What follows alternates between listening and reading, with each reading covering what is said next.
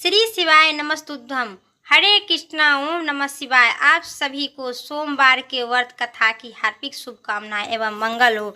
आज सोमवार के दिन सुनी जाने वाली संपूर्ण कथा और आरती, इस कथा के सुनने से सभी मनोकामना भक्तों को पूर्ण होती है और सभी रोग शोक दूर होगी, सभी सुख संपत्ति की प्राप्ति होगी। आज सोमवार के दिन सुनी जाने वाली कल्याणमयी इस कथा के सुनने से सभी मनोकामना पूर्ण होती है। बोले भोले बाबा माता पार्वती की जय।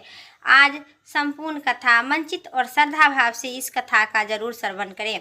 ज्वालापुर नगर में एक बहुत बड़ा धनीवान रहते थे। उनके घर में कोई कमी नहीं था, केवल उनको एक ही दुख था कि उनके कोई पुत्र नहीं था। वह दिन रात यही चिंता करते थे कि वह पुत्र पाने की कामना में प्रत्येक सोमवार का शिवजी और माता पार्वती का व्रत किए और पूजन करता था तथा संध्या काल में शिव मंदिर जाकर भगवान शिवजी के सामने घी के दीपक जलाया करता था। उनके यह भक्ति भाव से देखकर एक दिन माता पार्वती जी ने भगवान शिव से कहे, प्रभु, यह साहूकार आपका आनंद भक्त है और सतदेव आपका व्रत और पूजा श्रद्धा पूर्वक करता है। आपको इनकी मनोकामना पूर्ण करनी चाहिए। माता पार्वती की यह बात सुनकर शिवजी न कहे, हे पार्वती, यह संसार कर्म क्षेत्र है। जिस प्रकार किसान खेत में जैसा बीज बोता है वैसा फल काटता है, उसी प्रकार इस संसार में हर व्यक्ति अपने कर्म के अनुसार फल भोगता है। तब माता पार्वती ने आनंद आग्रह के साथ कहे, प्रभु, यह साहूकार आपका आनंद भक्त है और यदि इसे कोई दुख है तो आप इस दुख को दूर अवश्य करनी चाहिए, क्योंकि आप सतदेव अपने भक्तों को दया रखकर उनके दुख को दूर करते हैं। यदि आप ऐसा नहीं करेंगे तो मनुष्य आपकी सेवा और व्रत क्यों करेगा। माता पार्वती की ऐसा आग्रह देखकर भगवान शिव कहे, हे पार्वती, इस साहूकार के कोई पुत्र नहीं है, इसी चिंता में यह दुखी रहता है। इसके भाग में पुत्र न होने के ही कारण इसे बहुत दुखी रहता है। ये केवल कोई पुत्र नहीं है, इसी चिंता में रहता है। पर भी मैं इसे पुत्र की प्राप्त का वर देता हूँ, पर इस पुत्र का आयु केवल 12 वर्ष तक ही रहेगा।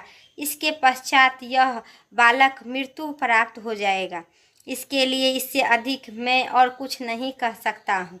यह सारा बातचीत सुनकर साहूकार ने इससे उसे न तो कोई प्रसन्नता हुई और न कोई दुख हुआ। वह पहले की तरह भगवान शिवजी की व्रत और पूजा करता रहा। कुछ दिन बीतने के बाद साहूकार के स्त्री गर्भवती हुई और 9वें महीने में उसे एक अति सुंदर पुत्र की प्राप्ति हुआ। साहूकार के घर में बहुत खुशी मनाई गई। साहूकार ने निर्धनों तथा ब्राह्मणों को अन्न, वस्त्र और धन देकर उनका दान किया। उसने किसी को पुत्र की आयु के भेद भी नहीं बताए। जब वह बालक 11 वर्ष का हो चुका था तब बालक की माता ने साहूकार से बालक के विवाह इत्यादि के लिए आग्रह किए, लेकिन साहूकार ने कहा कि अभी मैं इसका विवाह नहीं करूंगी, इसे मैं पढ़ने के लिए काशीपुर भेज दूंगी।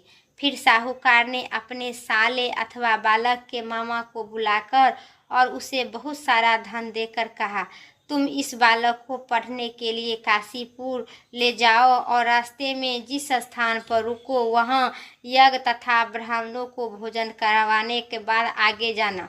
वो दोनों मामा भांजे यज्ञ कराते हुए ब्राह्मणों को भोजन करवाते हुए रास्ते में जाते हुए प्रताप नगर नाम का एक शहर पड़ा।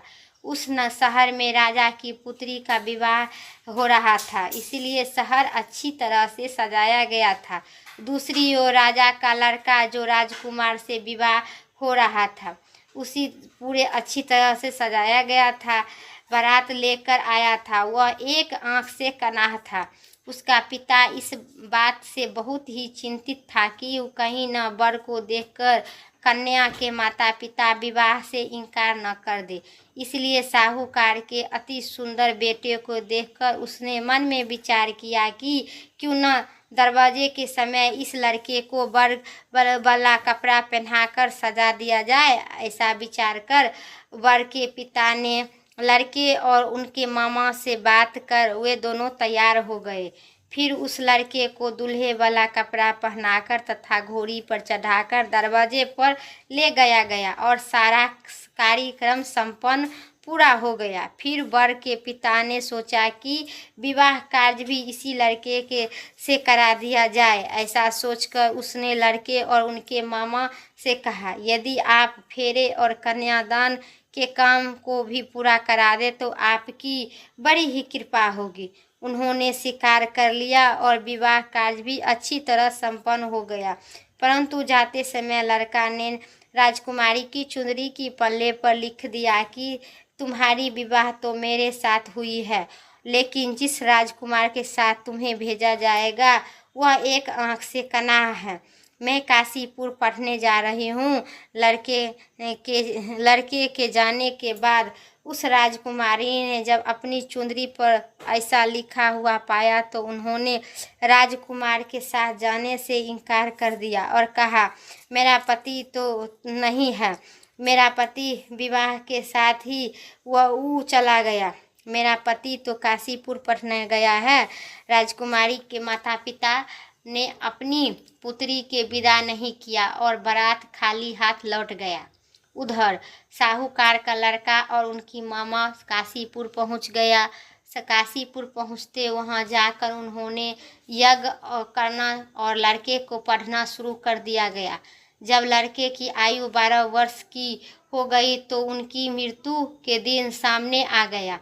लड़के ने मामा को कहा कि इस बार में कुछ हो गया है, उनकी मृत्यु किस हो गया पता नहीं। उसी दिन उन्होंने यज्ञ का आयोजन किया और किया हुआ था।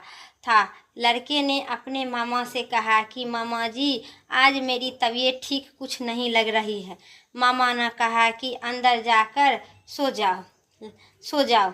लड़का अंदर जाकर सो गया। थोड़ी देर में उनका प्राण निकल गया। यज्ञ के बीच में जब उनके मामा ने आकर देखा कि मृत अवस्था में पड़ा हुआ है तो उन्होंने बहुत ही दुख हुआ। उन्होंने यज्ञ का कार्य अधूरा रह जाने के डर से किसी को कुछ भी नहीं कहे और संयम रखा। फिर यज्ञ का कार्य संपन्न कर ब्राह्मणों को भोजन करवा कर और दक्षिणा देकर उनके चल जाने के बाद उन्होंने रोना पीटना आरंभ कर दिए।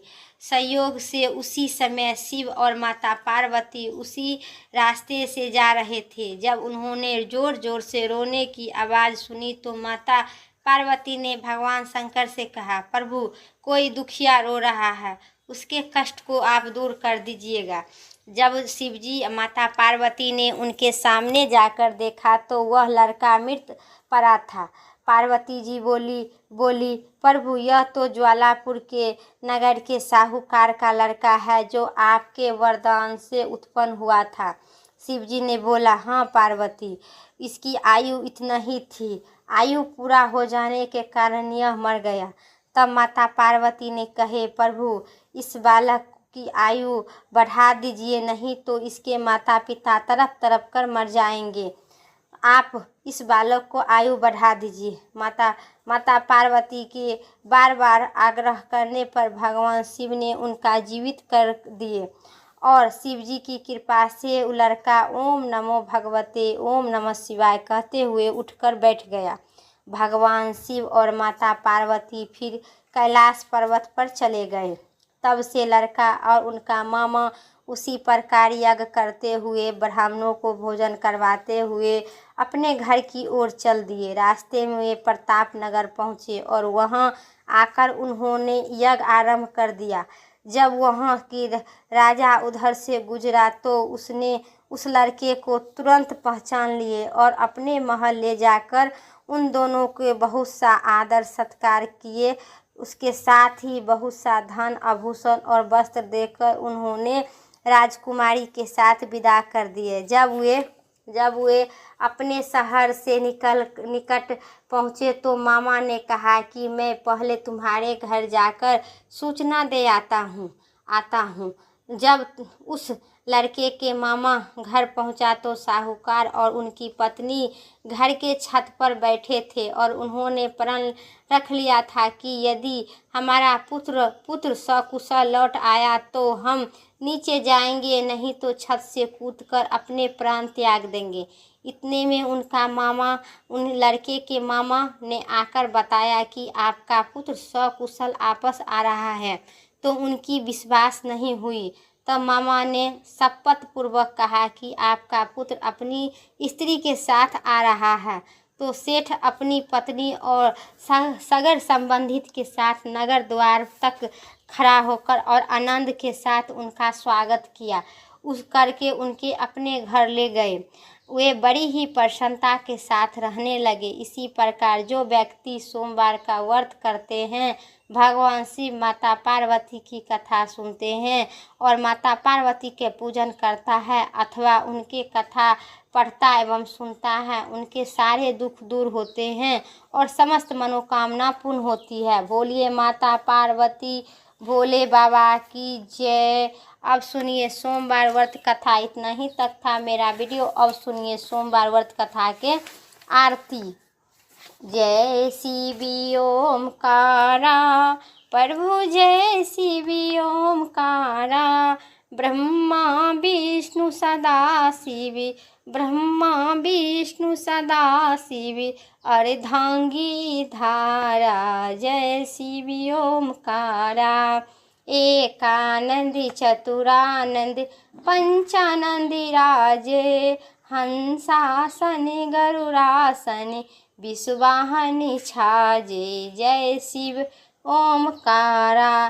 दो भुज चारि चतुर्भुज, 10 भुज अति शोभे, हो बाबा 10 भुज अति शोभे, त्रिभुवन रूप निरखता, त्रिभुवन जनि मोहे, जय शिव ओमकारा। 2 अक्षी माला वर्णमाला, मुंडी माला धारी, चंदनी मिग मग शोभे, बोले शुभकारी, जय शिव ओमकारा।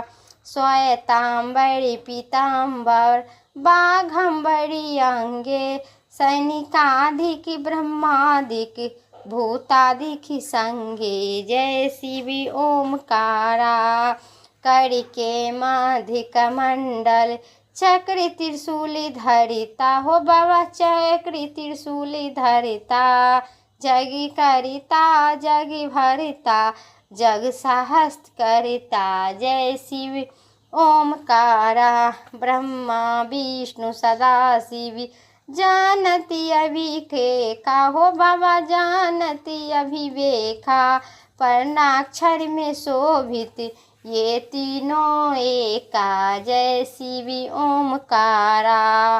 त्रिभुवन शिव जी की आरती जो कोई नैरी गावे, हो बाबा जो कोई नैरी गावे, कहती शिवानंदी स्वामी, कहती शिवानंदी स्वामी, मन वांछित फल पावे, जय शिव ओमकारा, हो बाबा जय शिव ओमकारा। भोले बाबा माता पार्वती की जय, सभी देवी देवताओं की जय।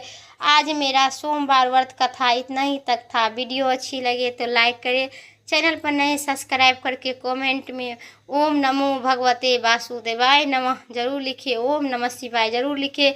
फिर अगली वीडियो लेके आते हैं, तब तक के लिए ओम नमः शिवाय, हर हर महादेव।